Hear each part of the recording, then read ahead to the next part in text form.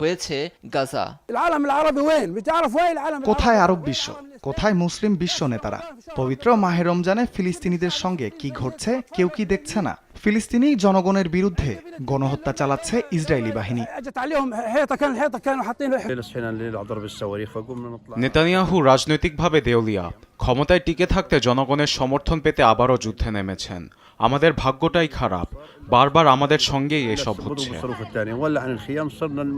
মঙ্গলবার ভোরের দিকে হামলার পর হাসপাতালগুলোতে যেন তিল ধারণের ঠাঁই নেই, চিকিৎসা দেওয়ার মতো নেই পর্যাপ্ত সরঞ্জাম। এতে বাড়ছে লাশের মিছিল।